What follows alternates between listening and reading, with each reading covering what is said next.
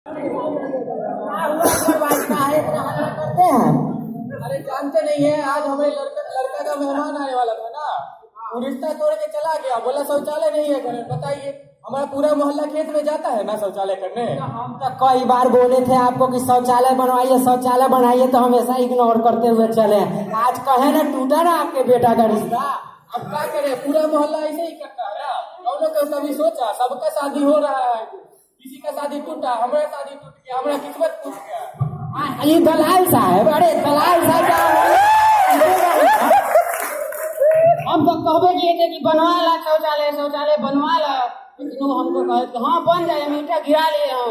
उनका साहब मिस्त्री के काम है, वो एक हफ्ता में आके करवा दे, लेकिन वो कुटुम्ब में ऐसा ना बेटा गया कि अब भागिए के छोड़ के रिश्ता।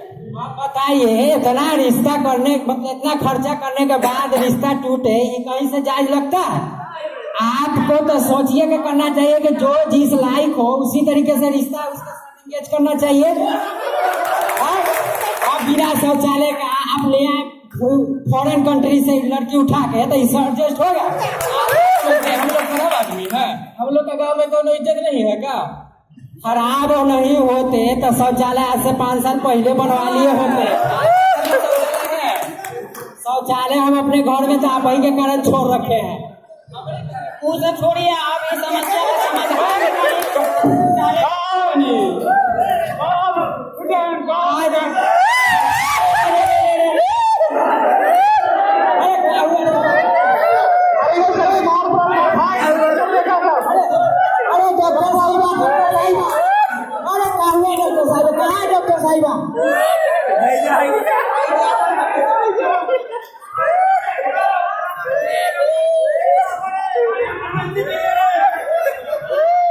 इमरजेंसी हुआ।